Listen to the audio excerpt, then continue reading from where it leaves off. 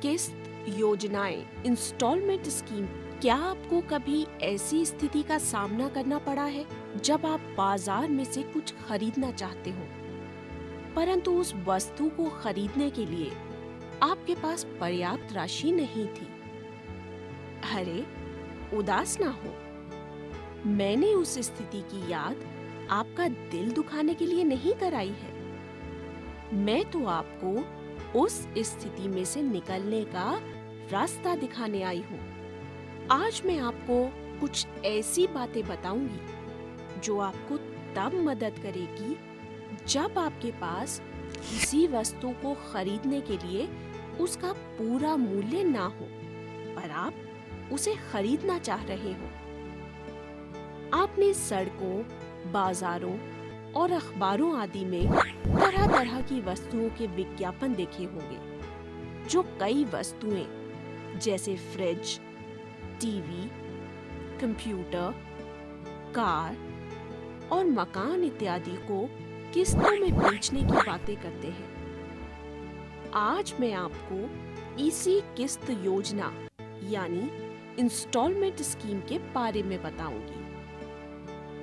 इस तरह से किसी वस्तु के मूल्य का भुगतान किस्तों में करके वस्तु को खरीदने की प्रक्रिया को किस्त क्रय योजना या इंस्टॉलमेंट परचेज स्कीम कहते हैं।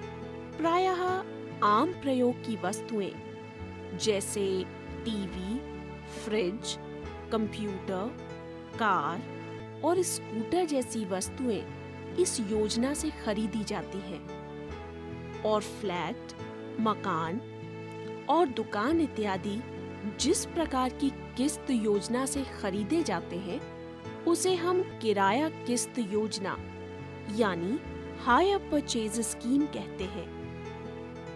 ऐसी योजनाओं में कुल मूल्य का कुछ भाग शुरू में चुकाया जाता है और शेष भाग किस्तों में चुकाया जाता है, जो कि मासिक, त्रैमासिक, अर्धवार्षिक या फिर वार्षिक हो सकती है।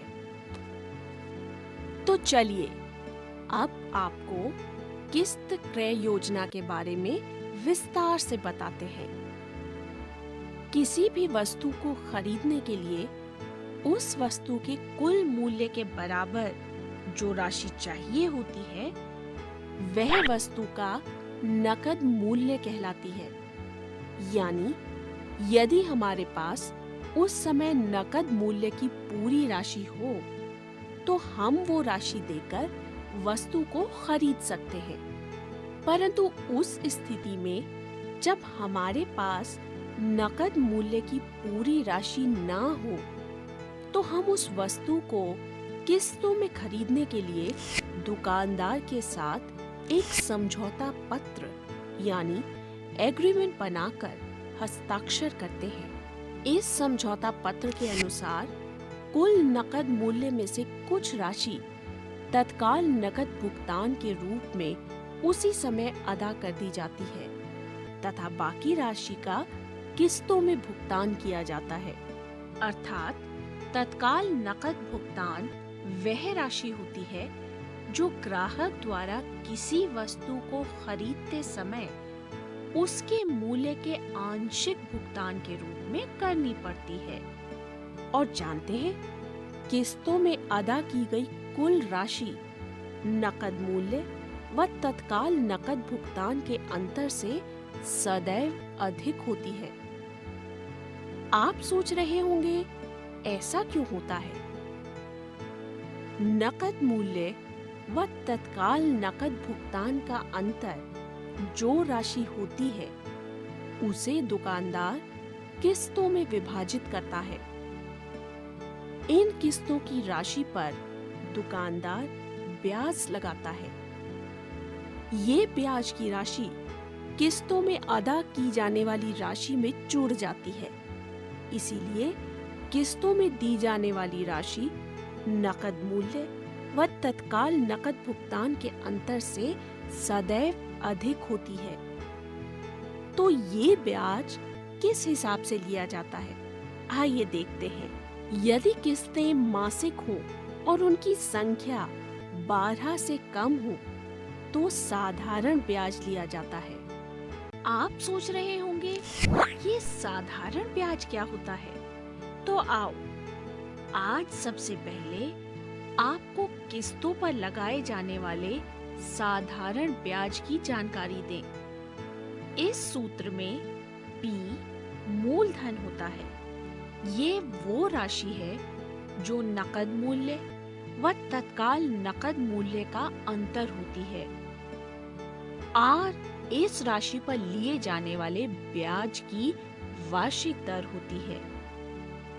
T उन महीनों या वर्षों की संख्या होती है या समय जिसके लिए राशि कर्ज पर दी जाती है, जिसमें किस्तों का भुगतान किया जाता है।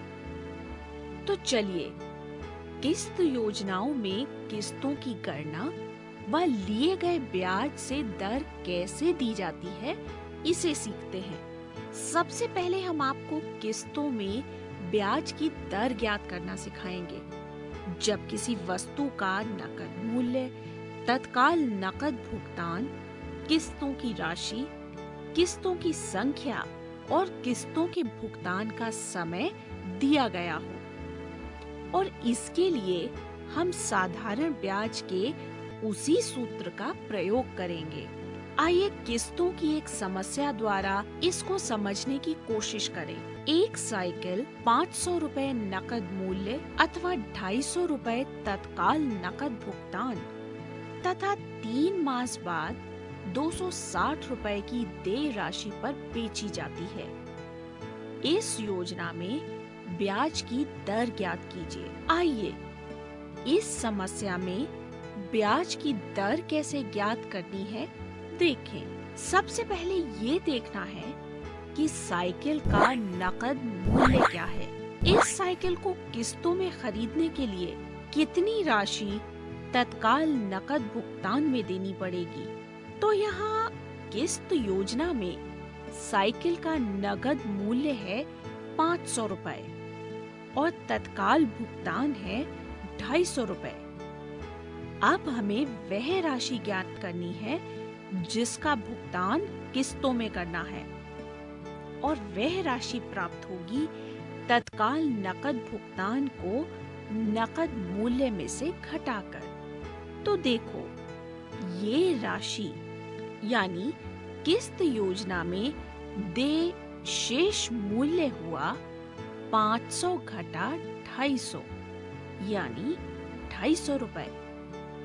पर यहाँ पर एक बात देखी, समस्या में किस्त की इस राशि यानी 250 रुपए का 3 मास बाद भुगतान किया गया है, और ये राशि जो किस्त योजना में देय शेष मूल्य था, उसकी जगह हम 3 मास बाद 260 रुपए अदा कर रहे हैं। तो इसका मतलब ये हुआ कि जो शेष राशि किस्तों में दी जानी थी, उसे 3 मास बाद ब्याज जोड़कर अदा किया गया है। तो 3 मास बाद 250 रुपए पर ब्याज की राशि कितनी है? इसके लिए किस्त योजना में देय मूल्य को 3 मास बाद देय राशि में से घटाएंगे। तो 3 मास बाद ब्याज की राशि हुई 260 घटा 250 रुपए यानी 10 रुपए। अब समस्या के अनुसार हमने 250 रुपए पर 3 मास में लग रहे ब्याज की दर ज्ञात करनी है। तो इसके लिए हम ब्याज के उसी सूत्र का प्रयोग करेंगे। तो इस सूत्र का प्रयोग करने के लिए सबसे पहले सूत्र में जो राशियां आ रही हैं, वह हैं P, R, T और I। तो इस समस्या में मूलधन P है 250 रुपए, क्योंकि इस राशि पर ही तो ब्याज है 10 रुपए, और T यानी वह समय जिसके लिए राशि दी गई है, वह है 3 मास और आर ब्याज की वह दर है जो हमें अज्ञात है और सूत्र में बाकी राशियों को रखकर हल करेंगे तो आर का मान आ जाएगा। यहाँ आपको एक बात का विशेष ध्यान रखना है कि इस प्रकार की समस्याओं में जहाँ साधारण ब्याज से ब्याज की गणना की जाती है, ब्याज की दर वार्षिक होती है। आप सोच रहे होंगे कि इनको यहाँ बताने से क्या लाभ? सीधे सूत्र में P, I व T रखकर R निकाल ले, पर नहीं। देखो, सूत्र में दूसरी राशियों पर तो R के वार्षिक होने का कोई संबंध नहीं है, पर समय जो कि मास में दिया गया है उसे वर्ष में बदलना पड़ेगा। यहाँ समय है 3 मास, तो आओ पहले 3 मास को वर्ष में बदलें। तुम्हें मालूम है ना, 12 मास बराबर होते हैं 1 वर्ष के, तो 1 मास बराबर हुआ 1/12 वर्ष के और 3 मास बराबर हुआ 3/12 वर्ष के। तो अब सूत्र में से R का मान निकालने के लिए P है 250 रुपए, T है 3/12 वर्ष व I है 10।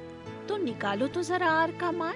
इन सब का मान सूत्र में रखते हैं तो आया 10 बराबर है 250 गुणा R गुणा 3/12 और गुणा 100। इसको हल करने पर आया 10 बराबर है 25/40 R।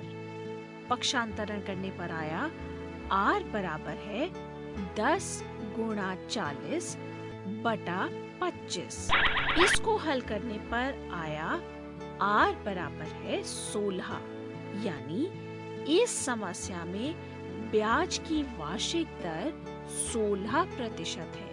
अर्थात हम कह सकते हैं कि जो साइकिल 500 रुपए नकद मूल्य पर उपलब्ध थी, उसे किस्तों में खरीदने के लिए 250 रुपए तत्काल नकद भुगतान करके बाकी बची राशि यानी 250 रुपए पर 16% वार्षिक की दर से 3 मास बाद 10 रुपए साधारण ब्याज होगा और 3 मास बाद किस्त की राशि 260 रुपए होगी। देखा हमने किस प्रकार सूत्र का प्रयोग करके किस्त पर लग रहे ब्याज की गणना कर ली। परंतु यहाँ आपको एक और बात बतानी भी आवश्यक है और वो ये कि यहाँ जिस समस्या में हमने ब्याज की दर अभी ज्ञात की है, उसमें एक ही किस्त थी। यदि कोई ऐसी वस्तु जिसका मूल्य अधिक हो तो उसमें शेष राशि का भुगतान एक से अधिक किस्तों में किया जाता है। ऐसी समस्याओं में ब्याज की गणना किस प्रकार की जाती है, उसे समझना भी आवश्यक है। उसे समझने के लिए आओ इस प्रकार की एक समस्या को देखें और उसे हल करने के लिए उपयुक्त पदों को समझकर ब्याज की दर ज्ञात करें।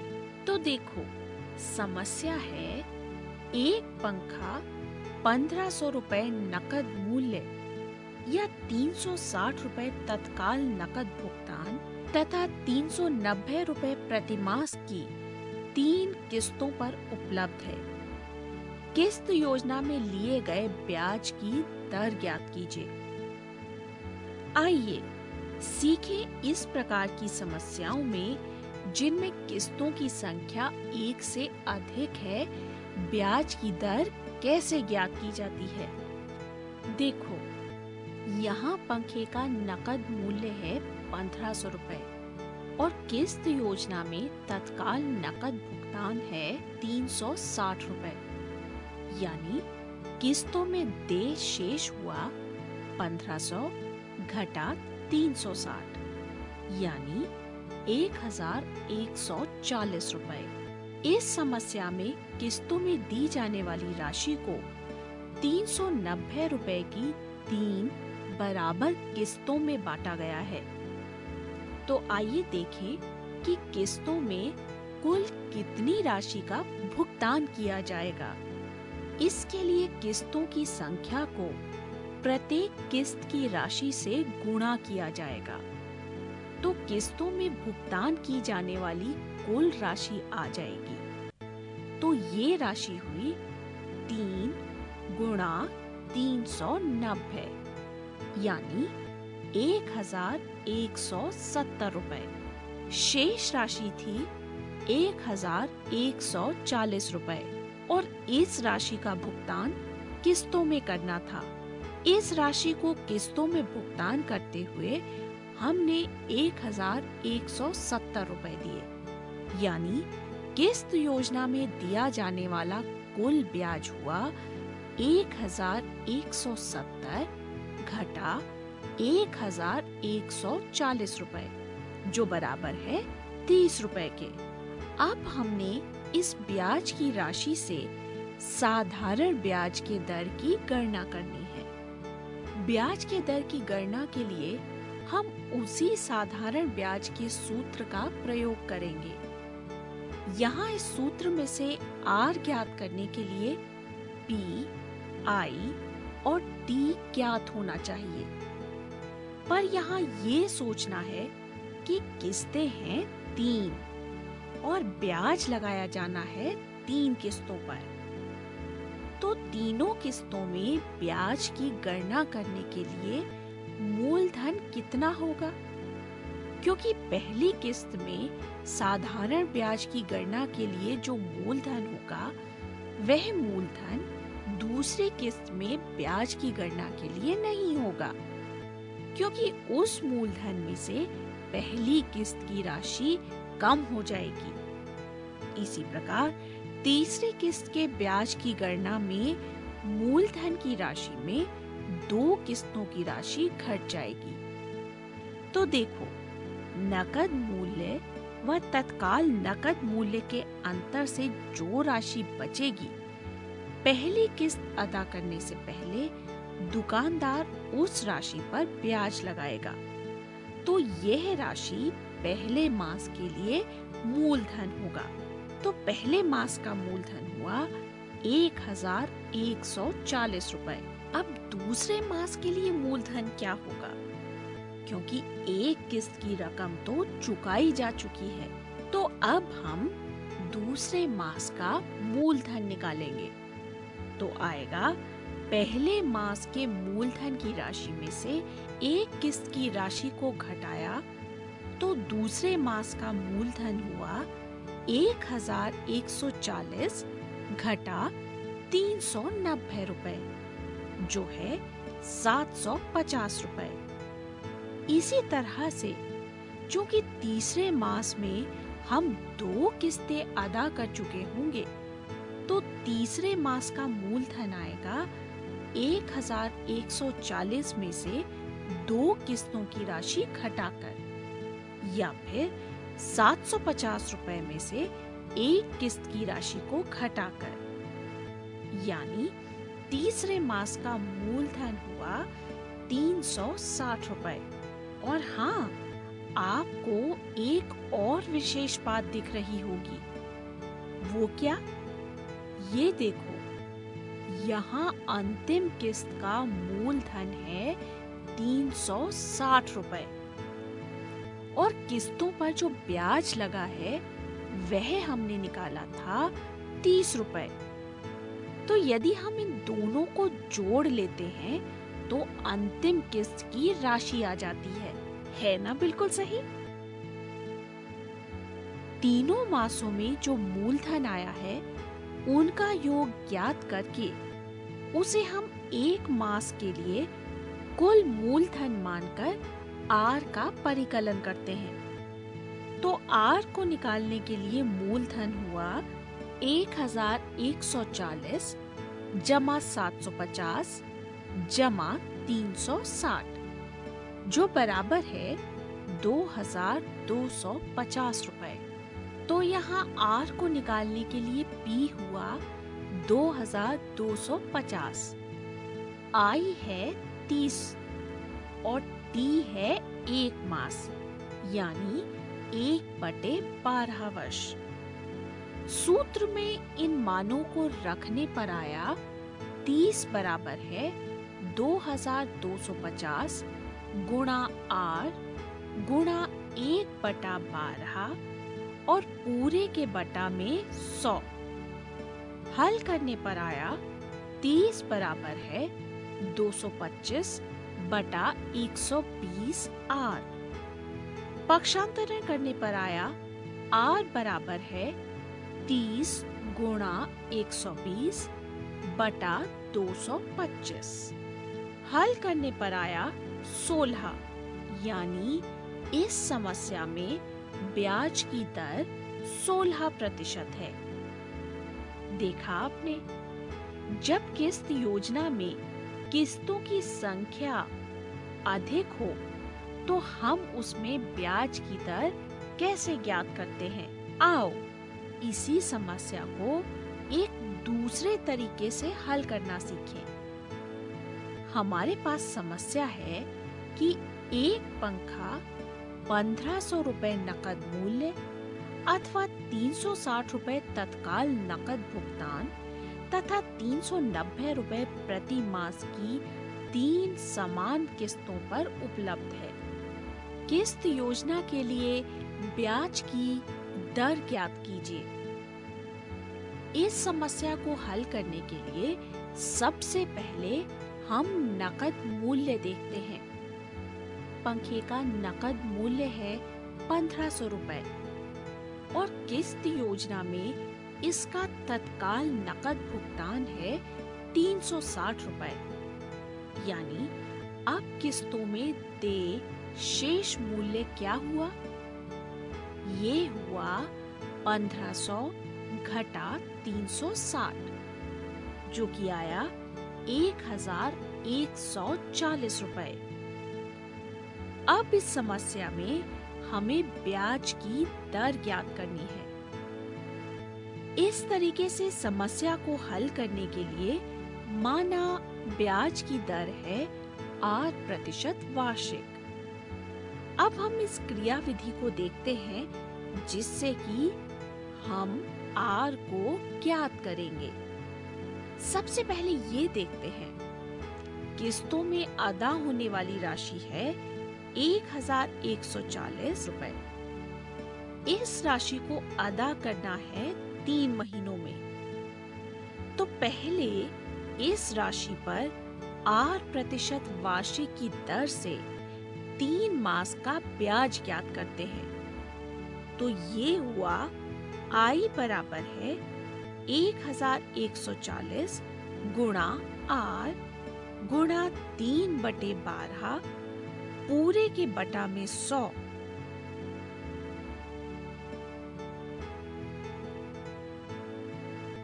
तो ब्याज बराबर हुआ 342 R बटा 120।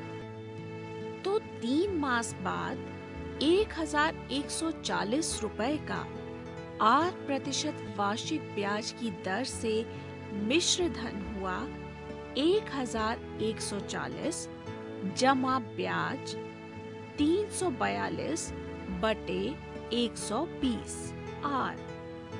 इसे हम समीकरण 1 कहेंगे।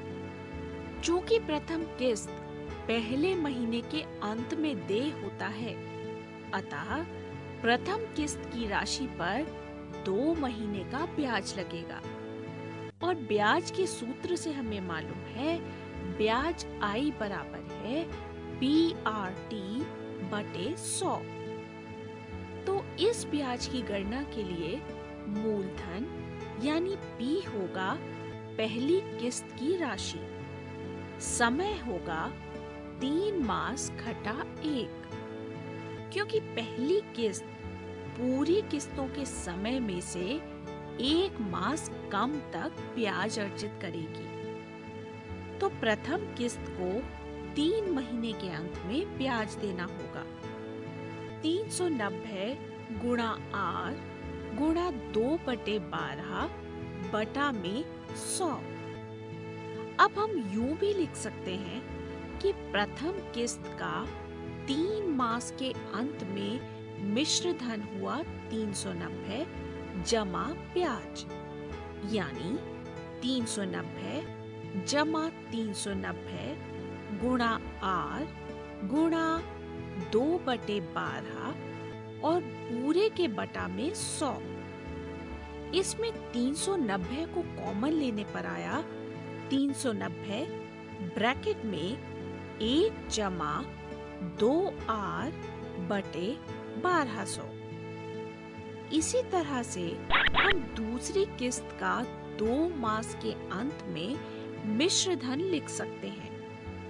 390 जमा 390 गुणा R गुणा 1/12 बटा में 100। इसमें से 390 कॉमन लेने पर आएगा 390 ब्रैकेट में 1 जमा R बटे 1200। तीसरी किस्त तीसरे मास के अंत में कोई ब्याज अर्जित नहीं करेगी, इसीलिए तीसरी किस्त का तीसरे मास के अंत में मिश्र धन हुआ 390 रुपए। अब हम ऊपर गणना किए गए मिश्र धनों से तीसरे मास के अंत में तीनों किस्तों का मिश्र धन निकाल लेते हैं, जो इनको जोड़ कर आएगा।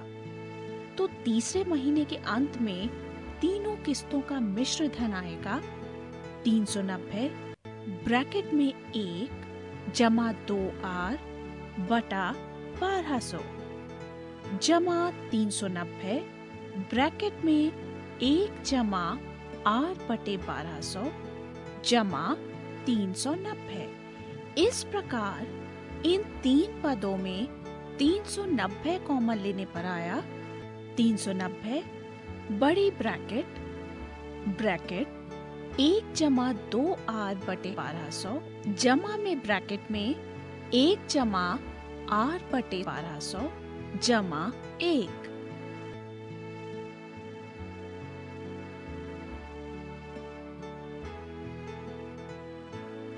पिछले दोनों पदों R बटे 1200 कॉमन लेने पर आया 390 बड़ी ब्रैकेट में 3 जमा R बटे 1200 ब्रैकेट 2 जमा 1। बड़ी ब्रैकेट को खोलने पर आया ब्रैकेट में 390 गुणा 3 जमा 390 गुणा R गुणा 3 बटा 1200। इसे हल करने पर आया ब्रैकेट में 1170 जमा 39 बटे 40 R। इसे हम समीकरण 2 कहेंगे। यह राशि जो समीकरण 2 में प्राप्त हुई है, ये समीकरण 1 में प्राप्त राशि के बराबर होगी, क्योंकि ये दोनों समीकरण ही 3 मास बाद 3 किस्तों का मिश्र धन बता रहे हैं। तो अब R का मान निकालने के लिए हम इन दोनों समीकरणों को बराबर करके हल करते हैं। तो ये हुआ 1140 जमा 342 बटे 120 R बराबर है 1170 जमा 39 बटे 40 R। सजातीय पदों को इकट्ठा करने पर आया 342 बटे 120 R घटा 39 बटे 40 R बराबर 1170 घटा 1140।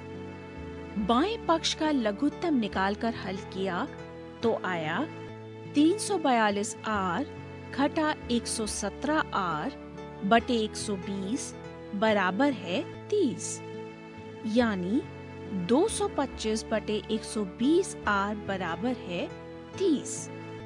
पक्षांतरण करने पर आया R बराबर है 30 गुणा 120 बटे 225। हल किया तो R बराबर आया 16, यानी R का मान आया 16% वार्षिक। तो हमने किस्त योजना में नकद मूल्य, तत्काल नकद मूल्य, किस्त की राशि व समय की जानकारी होने पर किस्तों में लिए जा रहे ब्याज की दर के पर सोचिए। यदि किसी किस्त योजना की समस्या में हमें नकद मूल्य, तत्काल नकद मूल्य, ब्याज की दर, किस्तों की संख्या व समय दिया हो, तो क्या हम प्रत्येक किस्त की राशि ज्ञात कर सकते हैं? तो आइए आपको किस्त योजना की किसी समस्या में प्रत्येक किस्त की राशि ज्ञात करना सिखाएं। तो देखते हैं ये समस्या। एक टेप रिकॉर्डर 2500 रुपए नकद मूल्य अथवा 520 रुपए तत्काल नकद भुगतान तथा 4 समान मासिक किस्तों पर उपलब्ध है। यदि लिए गए ब्याज की दर 25% हो तो मासिक किस्त की राशि ज्ञात कीजिए। इस समस्या में किस्त की राशि ज्ञात करने के लिए सबसे पहले टेप रिकॉर्ड का नकद मूल्य देखते हैं। टेप रिकॉर्डर का नकद मूल्य है 2500 रुपए। फिर देखते हैं किस्त योजना में तत्काल नकद भुगतान जो है 520 रुपए।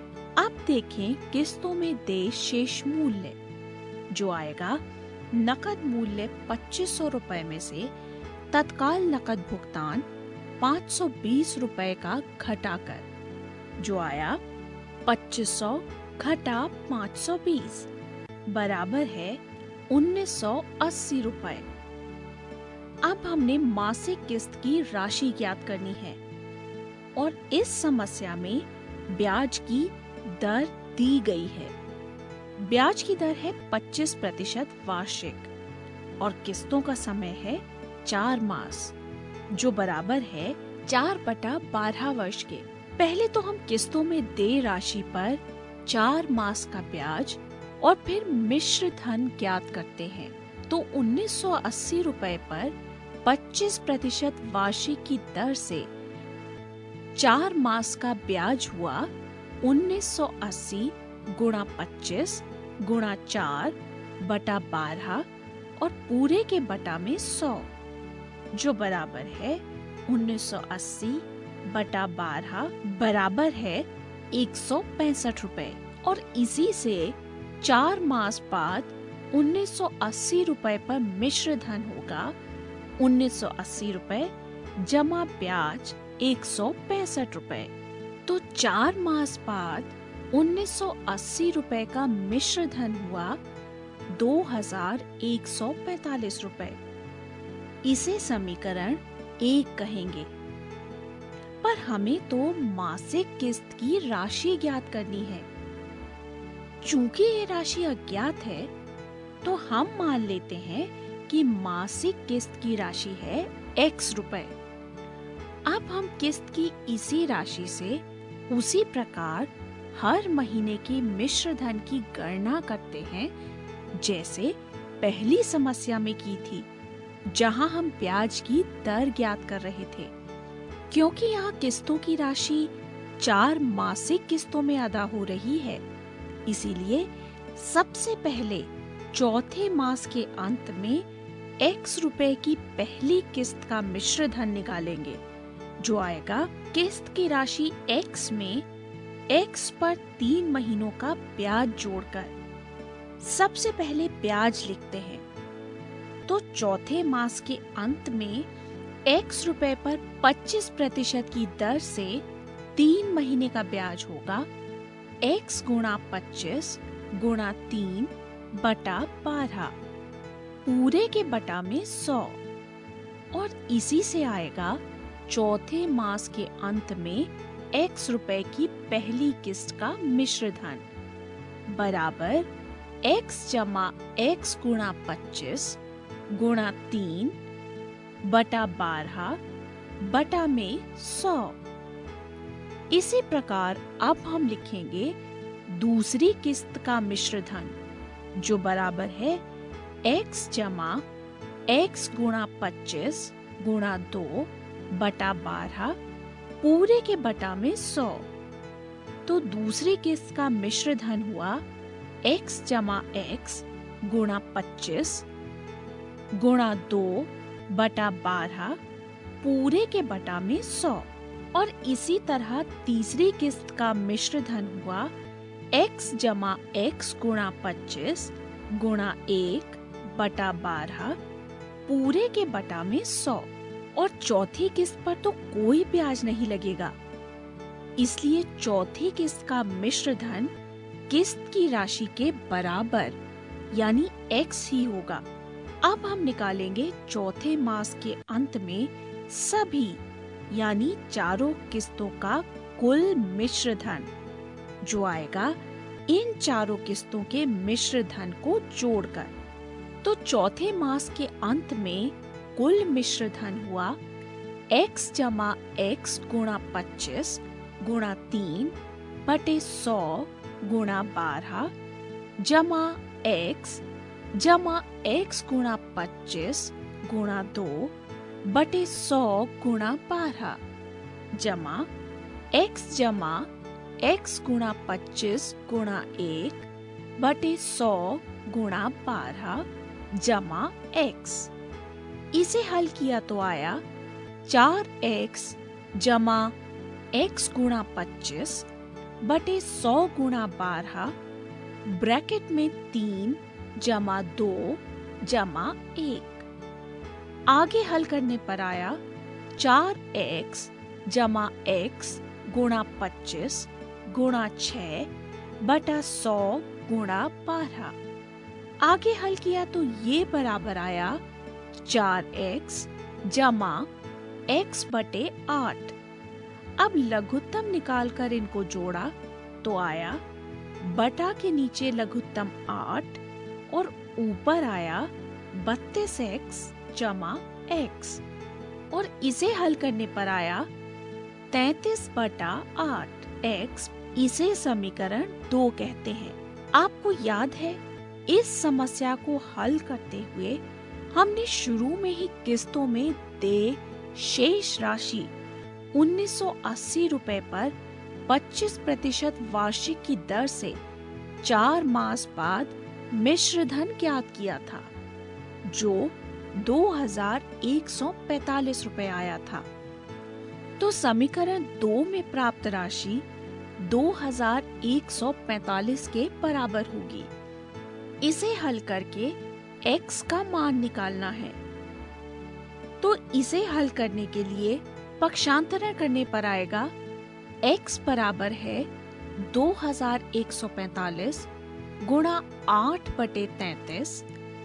हल करने पर आया x बराबर है 520 रुपए। अर्थात इस समस्या में मासिक किस्त हुई 520 रुपए के बराबर। आपने किस्त योजना में किसी वस्तु को खरीदने के लिए किस्तों में कितना ब्याज लगेगा या फिर ब्याज के ज्ञात होने पर किस्त की राशि कितनी होगी, इनकी गणना करना तो सीख लिया है। आपने देखा कि इन गणनाओं में हमने ऐसी समस्याएं ली थी जिनमें किस्तों के भुगतान का समय 1 वर्ष से कम था और ब्याज साधारण था। परंतु कई बार ऐसा होता है कि व्यक्ति किसी महंगी वस्तु जैसे कार, मोटरसाइकिल, मकान और दुकान आदि खरीदने के लिए किसी बैंक या संस्था से धन ऋण के रूप में लेता है और फिर इस ऋण का भुगतान किस्तों में करता है। इस तरह के ऋण के भुगतान में किस्तें त्रैमासिक, अर्धवार्षिक या फिर वार्षिक हो सकती हैं और इस प्रकार के ऋण का भुगतान होने में कई वर्ष लग सकते हैं। इन किस्तों में ब्याज चक्रवृद्धि होता है। तो अब हम आपको इस प्रकार की समस्याओं को हल करना सिखाते हैं जिसमें ऋण का भुगतान किस्तों में किया जाता है और इस ऋण पर चक्रवृद्धि ब्याज लगता है। और इस बात का ध्यान रखेंगे कि गणना लंबी व कठिन ना हो। तो इसके लिए ऐसी समस्याएं देखेंगे जिसमें किस्तें 3 से अधिक ना हो। आइए ये समस्या देखें। एक व्यक्ति किसी वित्त कंपनी से 8,160 रुपए उधार लेता है और इसे 2 समान वार्षिक किस्तों में लौटाता है। यदि ब्याज की दर 12.5% वार्षिक हो तो किस्त की राशि ज्ञात कीजिए। आइए इस समस्या में किस्त की राशि ज्ञात करें। सबसे पहले ऋण ली गई राशि देखते हैं, जो है 8,160 रुपए। इस समस्या में किस्त की राशि ज्ञात करनी है, जो कि अज्ञात है, तो हम मानते हैं किस्त की राशि x रुपए। इस समस्या को हल करने के लिए हमें चक्रवृद्धि ब्याज का पुनरावलोकन करना पड़ेगा। देखो, जरा याद करो तो आपको याद आएगा। चक्रवृद्धि ब्याज में मिश्र धन का सूत्र है। यहाँ A मिश्र धन है, P मूलधन, R वार्षिक ब्याज की दर व N समय है। इस समस्या को हल करने के लिए हम प्रत्येक किस्त की गणना करेंगे। ऐसी स्थिति में आम तौर पर जितनी किस्तें अदा की जाती हैं, उन सब किस्तों में प्रत्येक किस्त की राशि समान होती है। और यहाँ एक बात ध्यान देने योग्य है कि जब पहली किस्त की राशि में मिश्र धन की गणना हम चक्रवृद्धि ब्याज के सूत्र से करेंगे, तो उसमें जो मूलधन होगा दूसरी किस्त की राशि के मिश्र धन की गणना में मूलधन से अलग होगा, क्योंकि इस मूलधन में से पहली किस्त की राशि घट जाएगी और ये मूलधन 2 वर्षों के लिए चक्रवृद्धि ब्याज अर्जित करेगा। इसलिए इस पर ब्याज अधिक होगा। x को समान रखने के लिए आगे वाली किस्तों में भी, यानी सभी किस्तों की राशि में मिश्र धन की गणना के लिए हमें अलग अलग मूलधन लेना पड़ेगा। पहली किस्त की गणना के लिए मान लो मूलधन P1 है, तो किस्त की राशि आएगी P1 का 1 वर्ष के समय के बाद 12.5% की दर से मिश्र धन चक्रवृद्धि ब्याज के सूत्र में इन राशियों को रखकर पहली किस्त की राशि x होगी मूलधन P1 का मिश्र धन। इसे निकालते हैं, जो आएगा x बराबर है P1 ब्रैकेट में 1 जमा 12.5 बटा 100 की घात 1। ये आएगा x बराबर है P1 ब्रैकेट में 1 जमा 1 बटा 8 की घात 1। अब x आएगा P1 गुणा 9 बटा 8। पक्षांतरण करने पर आया P1 बराबर है 8 बटा 9x। इसे समीकरण 1 कहेंगे। और फिर इसी प्रकार दूसरी किस्त की राशि x ज्ञात करेंगे चक्रवृद्धि ब्याज के सूत्र से। परंतु इस बार हमारी गणना में मूलधन उतना नहीं होगा जितना पहली किस्त की राशि में था, क्योंकि इस किस्त में जो मिश्र धन हम निकालेंगे उसके लिए जिस मूलधन से किस्त की गणना करनी है उसमें पिछली किस्त की राशि घट जाती है। याद रखें, ये गणना चक्रवृद्धि ब्याज से कर रहे हैं, तो इस गणना में मूलधन मान लेते हैं P2 और इस गणना में जो कि दूसरी किस्त की है समय होगा 2 वर्ष और ब्याज की दर तो 12.5% ही रहेगी। तो दूसरी किस्त की राशि जो कि पहली किस्त की राशि के बराबर ही होगी, यानी वो x ही होगी। इसकी गणना करते हैं तो आएगा P2 ब्रैकेट में 1 जमा 12.5 बटा 100 की घात 2। इसे हल किया तो x बराबर है P2 ब्रैकेट में 1 जमा 1 बटा 8 की घात 2। आगे हल करने पर x बराबर है P2 गुणा 9 बटा 8 की घात 2। पक्षांतरण करने पर आया P2 बराबर है x गुणा 8 बटा 9 की घात 2। इसे समीकरण 2 कहेंगे। आओ अब हम समझें कि इन दोनों समीकरण 1 व 2 से किस्त की राशि यानी x कैसे ज्ञात करेंगे। इन दोनों समीकरणों में जो मूलधन P1 और P2 है, उनका जोड़ उस राशि के बराबर होना चाहिए जो मूलतः ऋण पर ली गई थी, यानी वह राशि जो नकद मूल्य व तत्काल नकद भुगतान के अंतर से आती है। इस समस्या में वो राशि 8,160 रुपए है, तो P1 जमा P2 बराबर होगा 8,160 रुपए के। समीकरण 1 व 2 से P1 व P2 का मान रखने पर आया 8/9x जमा 8/9 की घात 2, x बराबर है 8,160। इसे हल करने पर आया 8/9x जमा 64/81x बराबर है 8,160। एलसीएम निकालकर हल करें तो आया बटा के नीचे 81 और बटा के ऊपर आया 72x प्लस 64x। 81 का पक्षांतरण करने पर आया 136x बराबर है 8,160 गुणा 81। अब 136 का पक्षांतरण करने पर आया 8,160 गुणा 81 बटा 136। इसे हल करने पर आया x बराबर है 4,860, यानी 2 वार्षिक किस्तों में प्रत्येक किस्त की राशि 4,860 रुपए है। आओ ऋण भुगतान को किस्तों में समझने के लिए एक और समस्या देखें। एक कार 4,02,200 रुपए नकद मूल्य या 1,50,000 रुपए तत्काल नकद भुगतान तथा 3 समान 6 माही किस्तों पर उपलब्ध है। यदि ब्याज की दर 10% वार्षिक है और वह अर्धवार्षिक संयोजित होता है, तो किस्त की राशि व कुल ब्याज परिकलित कीजिए।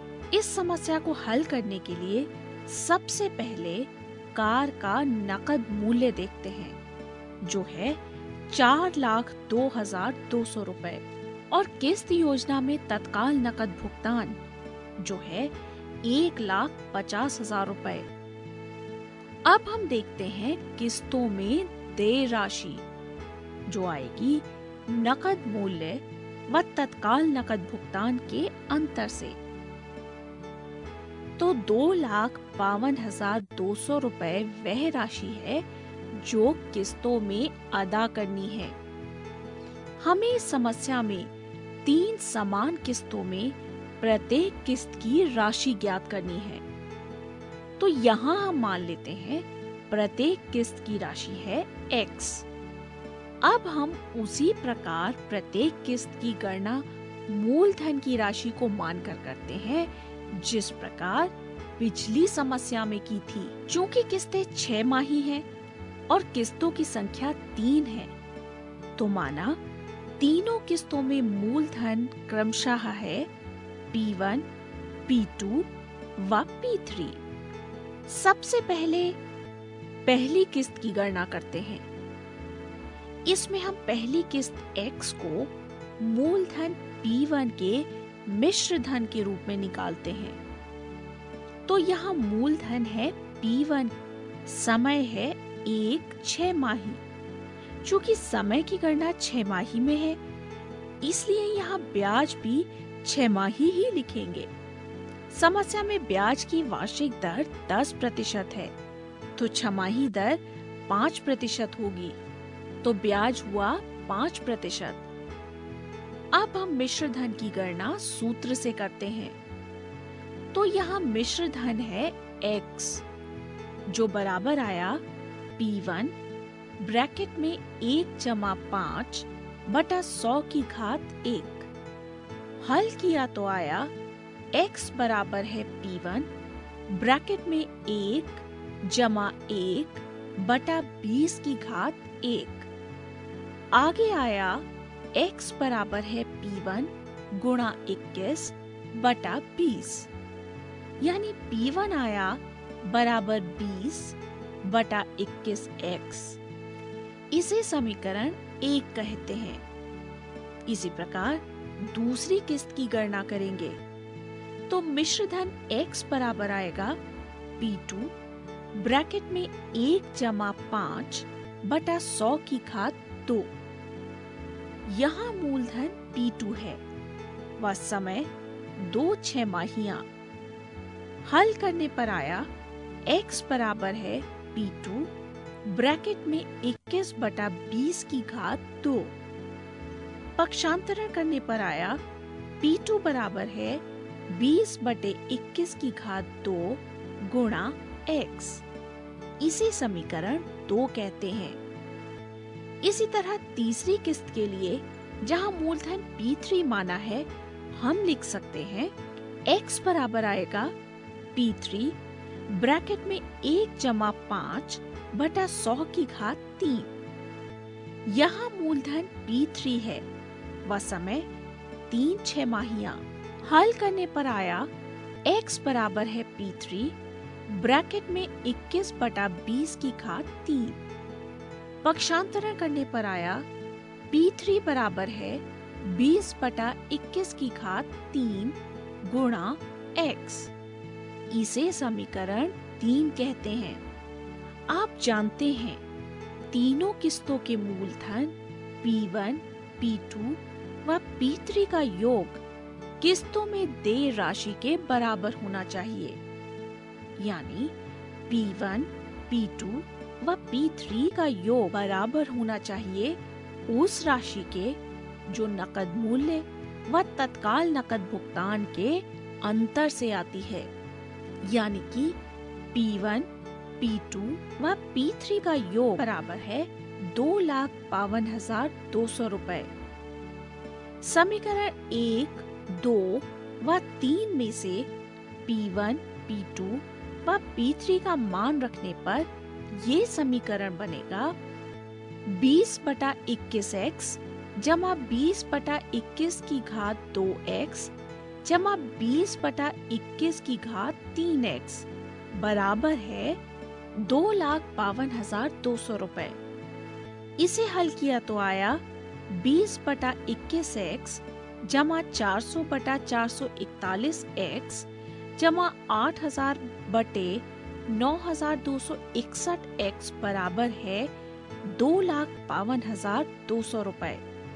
एलसीएम निकाल कर हल करें तो आया बटा के नीचे 9,261 और बटा के ऊपर आया 20 गुणा 441 जमा 400 गुणा 21 जमा 8,000 x बराबर है 2,52,200 रुपए। इसे हल किया तो आया 8,820 जमा 8,200 जमा 8,000 बटा में 9,261 x बराबर है 2,52,200।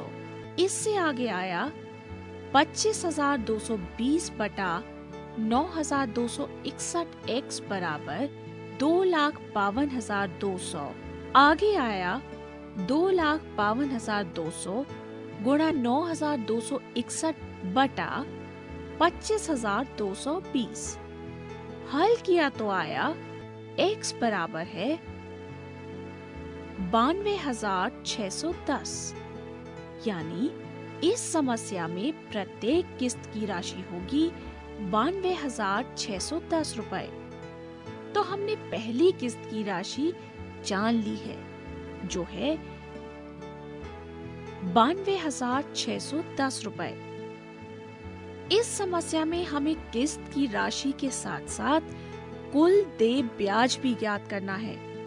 तो इसके लिए हम पहले किस्तों में भुगतान की गई कुल राशि को जानना होगा। इस समस्या में किस्तों की संख्या थी 3 और प्रत्येक किस्त की राशि आई 92,610 रुपए। तो किस्तों में भुगतान की गई कुल राशि होगी 92,610 को 3 से गुणा करके, जो आई 2,77,000 ₹830। और समस्या के आरंभ में से वो राशि देखते हैं जो किस्तों में देय थी, यानी वह राशि जो नकद मूल्य व तत्काल नकद मूल्य को घटाकर आई थी, और वो थी ₹2,52,200। समस्या में कुल ब्याज जो दिया गया वो इन दोनों के अंतर, जो राशि किस्तों में देय थी, उन पर 10% वार्षिक की दर से चक्रवृद्धि ब्याज लगाकर उसे 3 छमाही किस्तों में अदा किया। तो हमें 2,52,200 की जगह 2,77,830 रुपए अदा करने पड़े। तो कुल देय ब्याज हुआ 25,600 रुपए। तो आपने इस तरह किस्तों में खरीदारी करना सीख लिया है। अब आप बहुत समझदारी से वस्तुओं को किस्तों में खरीदकर भुगतान कर सकते हैं, और अब आपको किस्तों की राशि और ब्याज आदि का भी पूरा ज्ञान हो गया है।